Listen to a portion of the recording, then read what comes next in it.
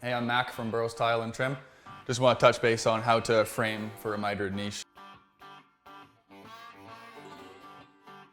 If you want to make it simplified so that the layout, there's no L cuts, there's no other cuts that aren't necessary, you want your top of your tile to be the bottom of your niche. So this tile here is going to end roughly here, possibly a little bit more by the time I put my spacers and such in. That's going to give me enough for this tile to sit here so that this miter is above. So here you can see that I've got enough wiggle room here for the thickness of the tile, as well as a good bed of thin set underneath it to be able to collapse the ridges. And it'll sink down here so that these miters line up very nice on a 90-degree angle, plus a little bit of slope for the bottom of the niche. If you know that's going to be the top of your tile that's mitered, you're going to need to allow room for your tile in there. And then below that, you're going to have your substrate. So in my case, I'm using Kerdi-board, so that's a 1/2 inch.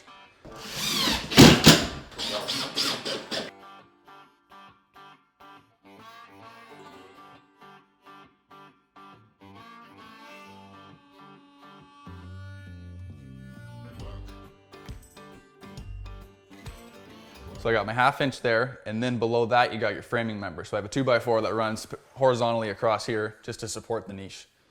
So when you put your Kerdi-board on and then your tile on, you're going to end up at that height. For the sides, in this one I centered everything. So we're going to have roughly a 7-inch tile on either side that goes in, that comes mitered and returns in. So then for here, I know that I want to come in, I need my tile, and then I need the width of my tile farther out, plus a little bit of wiggle room for thin set. So measuring tight, we're about 6 7/8. So I'm going to add all of 5/8 to that. So I'm going to go 7.5 inches. And I'm going to do that for both sides as this niche is perfectly centered with our layout.